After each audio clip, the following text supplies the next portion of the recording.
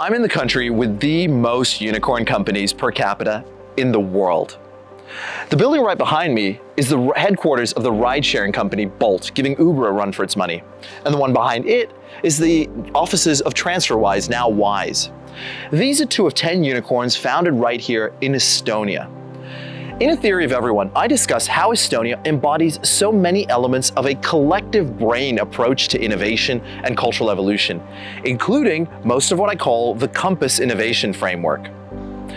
In 1991, after the Soviet period, half the country didn't have a telephone. But just 10 years later, by 2001, all schools were internet connected and all students had access to a computer. The OECD's PISA tests students around the world in mathematics, reading, and science. Estonia is now at the top of the PISA tables in all, outperforming the rest of Europe, the UK, the US, Canada, and Australia. Only a handful of East Asian countries surpass them. And they do it while spending less per pupil than the UK, US, Canada, and Australia, and far less than the OECD average.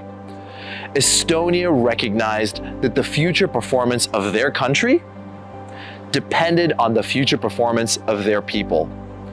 The Estonian policy success story is a blueprint for innovation that other countries, corporations, and people can learn from. In 1996, they founded the Tiger Leap Foundation, an independent foundation to revolutionize their education system and bring Estonia to the forefront of technology. It was through Tiger Leap that Estonia was connected to the rest of the world's collective brain, that curricula were changed, encouraging and teaching students how to learn through the internet. The teachers were trained in technology and were encouraged to seek out the best ideas from around the world and from each other. The platform School Life was launched to create a teacher collective brain where teachers could share ideas, resources, and course materials. Plagiarism is bad, particularly in school, except when it comes to policy, where we should be plagiarizing what works elsewhere a lot more than we do. How did Estonia do it? Rather than top-down governmental control, Estonia has radical decentralization where municipalities and schools have autonomy. Not unlike a startup city approach that I also talk about in my book. In Estonia, trust is placed in teachers' hands, but smart collaborations and sharing of best practices are facilitated, supported, and incentivized. It's a distributed solution to the paradox of diversity that helps Estonian educators actively seek out the best practices from around the country, other schools, communities, and municipalities, and from around the world, bubbling the best solutions to the top and sharing them widely. Teachers are incentivized to share their knowledge, and the best are given opportunities to travel and learn from other teachers and education systems elsewhere. When the first generation of Tiger Leap kids entered university, and then the public and private sector, Estonia was transformed forever. Estonia has continued to improve and innovate, offering opportunities for radical revolutions not only in education, but in governance, healthcare, and every other aspect of Estonian society.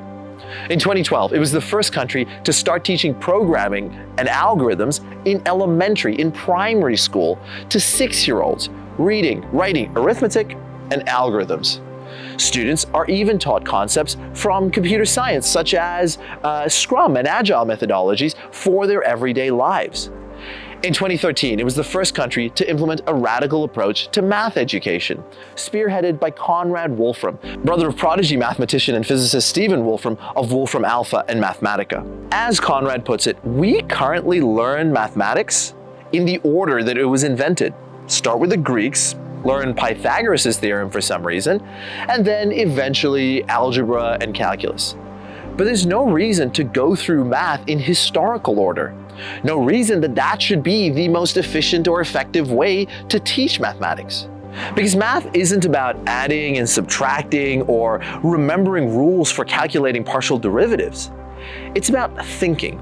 It's about logic and reasoning, only sometimes with numbers. What does it mean, for example, to take a derivative? What does it mean to calculate an integral? When and why are these useful? Many Western education systems have let down students, particularly when it comes to math education, leading many to believe that either they're not good at it or that it's not useful. Today, Estonia recognizes that the rise of AI changes everything, that education itself needs another radical rethink. And so they're exploring new possibilities such as swapping homework and schoolwork. That is, students learn through online interactive material from the best teachers at home, and then they do their homework activities, the actual activity of learning by doing, at school, with teachers not as deliverers of material, but facilitators helping students learn how to learn and learn where they can find what they need online and how best to practice. In a world of computers on desks and smartphones in pockets, and soon AI agents facilitating thinking and learning everywhere, the most valuable skills are no longer memorizing reams of knowledge, historical facts, or scientific formula. The most valuable skills are learning where to find this knowledge and how to use it. Kids need to learn how to learn. Kids need to learn how to seek out the most valuable information past a cacophony of noise in a world filled with information. They need to learn how to focus in a distracting world. And we all need to learn how to put what we already know to use as soon as possible for the highest return with the most real-world relevance. Estonia is setting itself up to continue punching above its weight.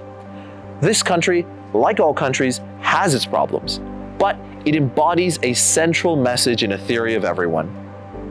We're often not good at designing efficient institutions and figuring out the best solutions, but we do know how to design efficiently evolving institutions that find those solutions and bubble them to the top. We can create a startup-like ecosystem for all aspects of our lives that prevent us from being trapped by history and by decisions made long ago. Estonia's success so far is a lesson to us all.